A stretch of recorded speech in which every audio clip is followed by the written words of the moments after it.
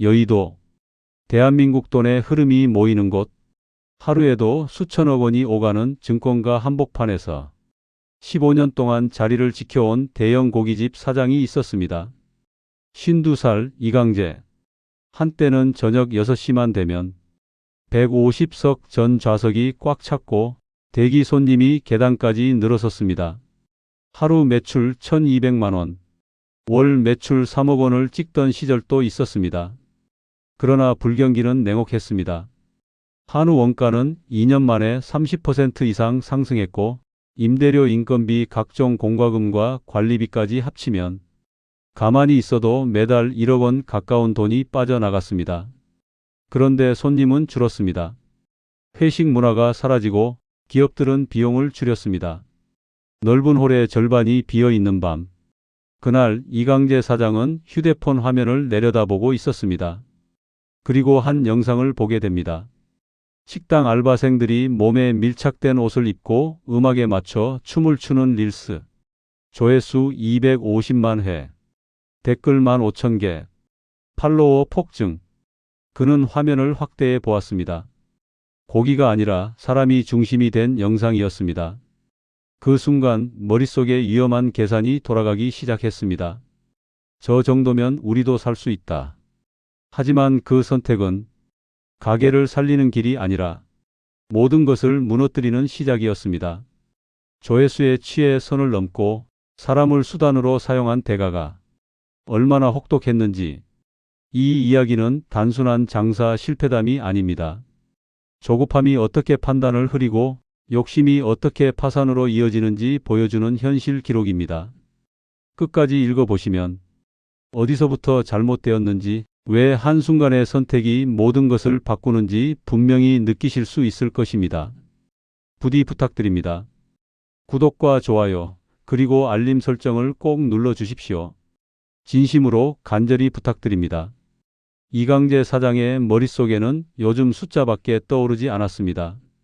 2년 전만 해도 월 매출 3억 2천만 원, 순이익은 세전 기준으로 5천만 원 안팎이었습니다.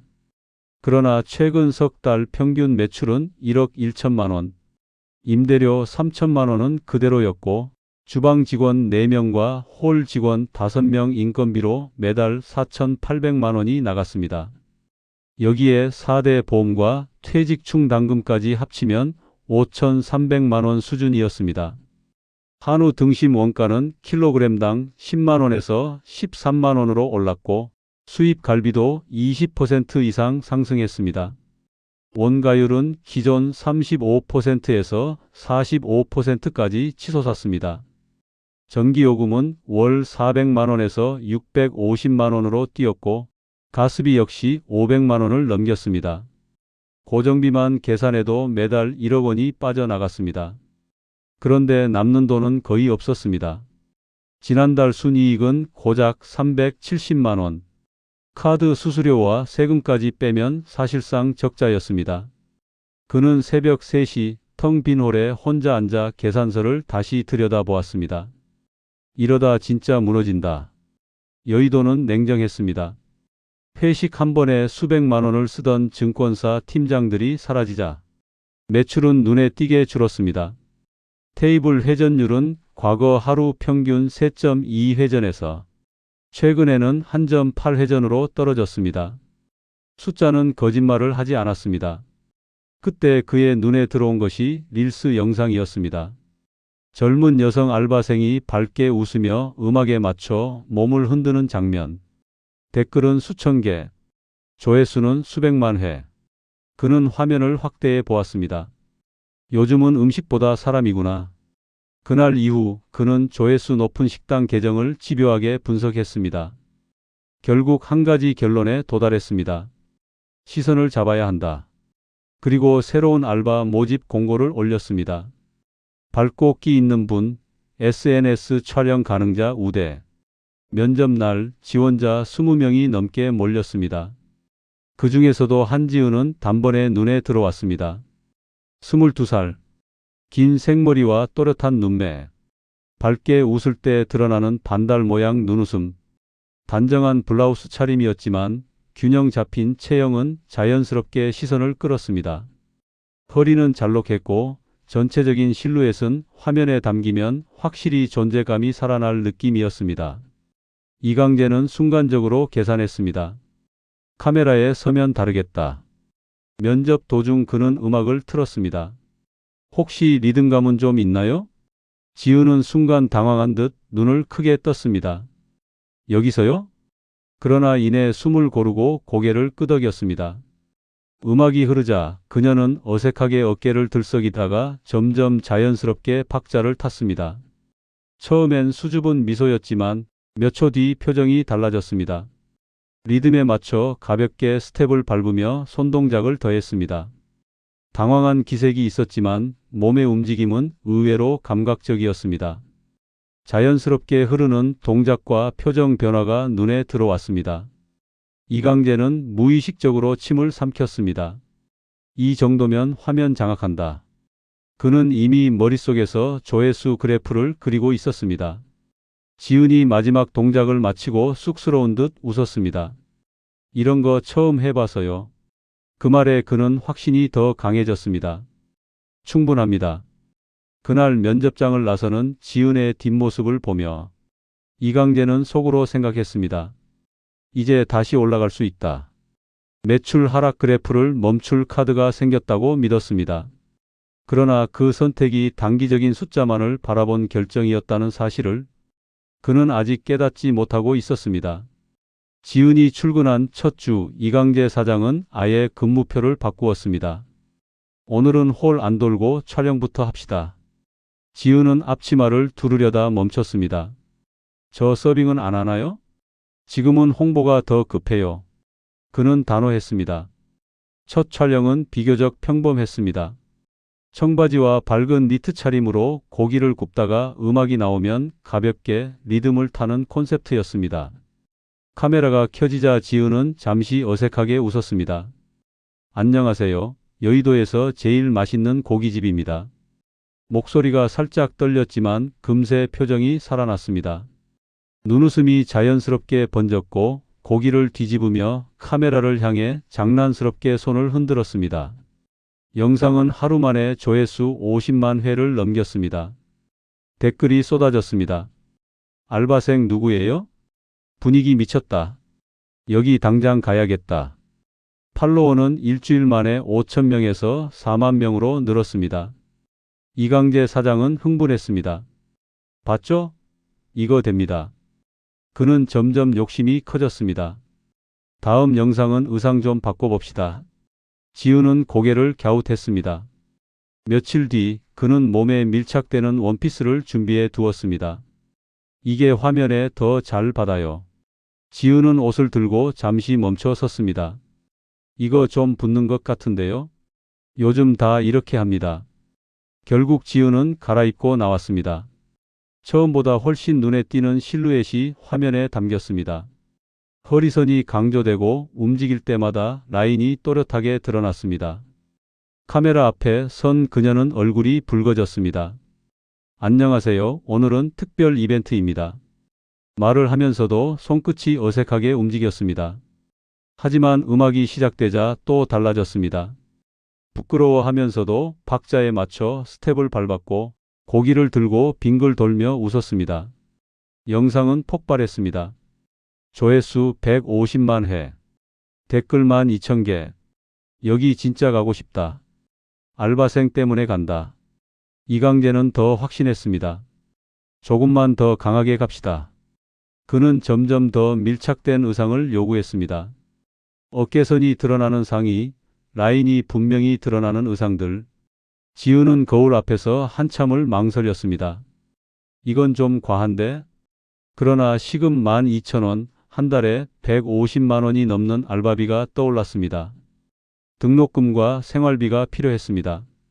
촬영이 시작되면 그녀는 다시 표정을 바꿨습니다. 카메라를 향해 손가락 하트를 만들고 고기를 집으며 살짝 고개를 기울였습니다. 움직임은 점점 과감해졌고 카메라 앵글도 점점 가까워졌습니다. 영상 속 지은은 확실히 화면을 장악했습니다. 조회수는 200만 회를 넘겼습니다. 팔로워는 10만 명에 근접했습니다. 그러나 댓글 분위기가 서서히 달라지기 시작했습니다. 고깃집 맞나요? 이건 좀 과한데? 알바생 이용하는 거 아니냐? 이강재는 댓글을 보며 이를 악물었습니다. 홍보 전략일 뿐입니다. 그는 직접 댓글을 달았습니다. 지은은 그 모습을 조용히 지켜봤습니다. 촬영이 끝난 뒤 그녀는 작게 말했습니다. 사장님, 저 너무 튀는 것 같지 않아요? 그는 웃으며 말했습니다. 지금이 기회예요. 하지만 조회수 그래프가 오를수록 비판 댓글도 함께 늘어났습니다. 여기 불편하다. 여자 알바만 내세우네. 지은은 휴대폰을 내려놓으며 한숨을 쉬었습니다. 부끄러움과 부담, 그리고 묘한 압박감이 동시에 밀려왔습니다. 그녀는 시키는 대로 열심히 했을 뿐이었습니다. 그러나 영상은 점점 자극적으로 변했고 사람들의 시선도 점점 날카로워지고 있었습니다. 그리고 그 변화는 곧 통제할 수 없는 방향으로 흘러가기 시작했습니다. 조회수는 이미 200만 회를 넘긴 상태였습니다. 팔로워는 20만 명에 가까워졌고 영상 하나가 올라가면 실시간으로 숫자가 치솟는 구조가 되어 있었습니다. 그러나 이강재의 얼굴에는 만족이 아니라 초조함이 떠올라 있었습니다. 요즘 상승세가 조금 두네요. 그는 휴대폰 통계를 확대해 보이며 말했습니다. 초반 대비 증가율이 30% 줄었어요. 더 강하게 가야 합니다. 지은은 그 말을 듣는 순간 심장이 내려앉는 느낌을 받았습니다. 사장님, 요즘 댓글 분위기 너무 안 좋아요. 댓글은 원래 그런 겁니다. 그는 단호하게 잘라 말했습니다. 며칠 뒤 문제의 촬영이 잡혔습니다. 이강재는 옷걸이에 걸린 의상을 가리켰습니다. 얇은 소재의 끝낫이 원피스 형태였습니다. 몸에 밀착되는 디자인이었고 길이는 매우 짧았습니다. 지은은 순간 말을 잇지 못했습니다. 이건 너무 노출이 심한 것 같아요. 요즘 다 이렇게 합니다. 저는 식당 알바로 온 건데요. 이강재의 표정이 굳었습니다. 지금 가게 상황 모릅니까? 월 적자가 3천만 원입니다. 그는 숫자를 꺼냈습니다. 이번 달 매출 4,500만 원, 임대료 3천만 원, 인건비 3,200만 원. 이미 마이너스입니다. 지은은 입을 다물었습니다. 탈의실 안에서 옷을 들고 한참을 서 있었습니다. 거울 속 자신의 모습이 낯설었습니다. 얇은 원단 때문에 몸선이 그대로 드러났고 움직일 때마다 부담이 느껴졌습니다. 이건 정말 아닌데? 그러나 문 밖에서 들려오는 목소리는 점점 거칠어졌습니다. 지은 씨, 시간 없습니다. 촬영이 시작되었습니다. 음악은 빠른 비트였습니다. 웃어요. 카메라가 켜지자 그녀는 억지로 입꼬리를 올렸습니다. 동작은 점점 커졌습니다. 허리를 좌우로 흔들고 팔을 들어 올리며 박자에 맞췄습니다. 그러나 표정은 점점 흔들렸습니다. 조금 더 과감하게. 그의 지시에 그녀는 다시 움직였습니다. 동작이 격해질수록 의상은 더욱 부담스럽게 느껴졌습니다. 카메라는 가까이 다가왔고 그녀는 순간 멈칫했습니다. 왜 멈춰요? 사장님, 저 너무 힘들어요. 지금 그만두면 다 끝입니다. 그 말에 지은의 눈가가 붉어졌습니다. 음악은 계속 흘렀고 그녀는 울먹이는 표정으로 동작을 이어갔습니다. 촬영이 끝나자마자 탈의실로 뛰어들어갔습니다. 문을 닫는 순간 눈물이 터졌습니다. 왜 내가 이런 걸 해야 하지? 거울 앞에서 한참을 울었습니다. 그날 밤 영상은 편집되어 올라갔습니다. 처음 반응은 폭발적이었습니다. 1시간 만에 조회수 30만 회, 3시간 만에 100만 회. 그러나 댓글은 이전과 완전히 달랐습니다. 이건 착취다. 알바생 표정 봐라, 울고 있잖아. 여의도 망신이다. 신고하겠다. 사장 제정신이냐? 공격적인 댓글이 쏟아졌습니다. 이강재는 가만히 있지 않았습니다. 허위사실 유포 시 법적 대응합니다. 당사자 동의하에 촬영했습니다. 악플 자제하세요. 그러자 더 격한 댓글이 달렸습니다. 손님이랑 싸우네. 사장이 제일 문제다. 여기 절대 안 간다. 그는 밤새 댓글을 달았습니다. 근거 없이 비난하지 마세요. 영업 방해입니다. 그러나 싸움은 커졌습니다. 캡처 이미지가 온라인 커뮤니티로 퍼졌습니다. 여의도 고깃집 알바 논란. 유튜버들이 몰려왔습니다. 카메라를 들이대며 물었습니다. 알바생에게 무리한 요구를 했습니까? 이강재는 언성을 높였습니다. 사실과 다릅니다. 그 장면은 자극적인 편집과 함께 확산되었습니다.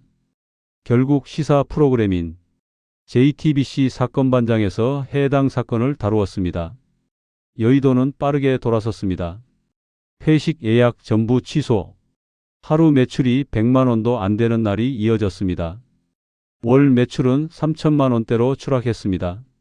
임대료 3천만 원, 인건비 최소 2,500만 원, 매달 적자 2천만 원 이상, 석 달 만에 누적 손실 8천만 원. 직원들은 하나둘 떠났고 홀은 텅 비었습니다. 마지막 날 간판이 내려오는 모습을 바라보며 이강재는 아무 말도 하지 못했습니다. 조회수는 남아 있었지만 가게는 사라졌습니다. 그가 붙잡으려 했던 숫자는 결국 아무것도 지켜주지 못했습니다. 방송 이후 상황은 걷잡을 수 없이 무너졌습니다. 논란이 불거진 다음 주 월요일 점심시간이 되었지만 150석 중 20석도 차지 않았습니다. 예전 같으면 12시 10분이면 대기 명단이 꽉 찼던 시간입니다. 하루 매출은 고작 70만 원, 임대료는 월 3천만 원, 인건비는 최소 2,500만 원, 전기가스 관리비까지 합치면 매달 6천만 원 이상이 빠져나갔습니다. 매출은 월 3천만 원대로 떨어졌습니다.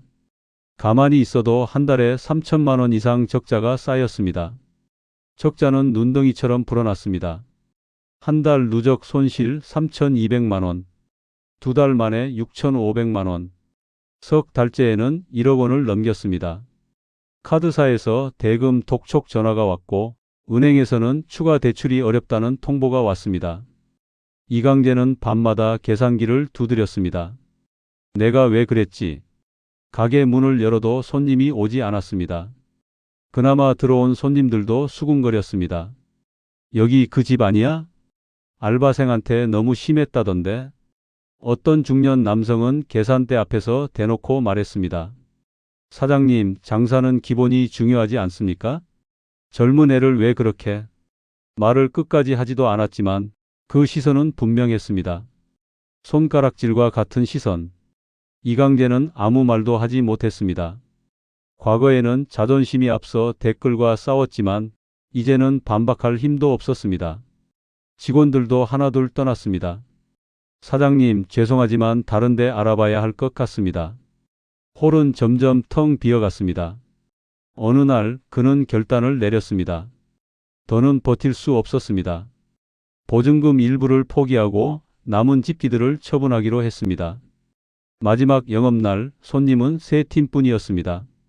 불판 위 고기가 익는 소리가 유난히 크게 들렸습니다. 저녁 10시 불을 끄고 홀 한가운데 서 있었습니다. 15년을 버텨온 공간이었습니다. 다음 날 철거 인부들이 들어왔습니다. 간판을 떼어내는 소리가 났습니다.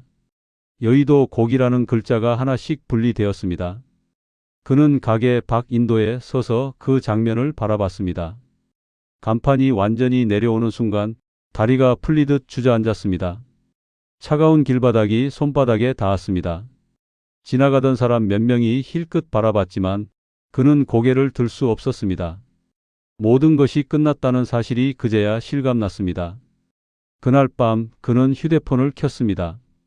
계정에는 여전히 수십 개의 릴스 영상이 남아 있었습니다. 재생 버튼을 눌렀습니다. 화면 속 지은은 억지로 웃고 있었습니다.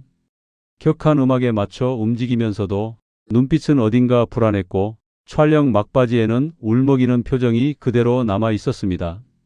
그는 영상을 멈췄습니다. 그제야 보였습니다. 조회수에 가려보지 못했던 표정.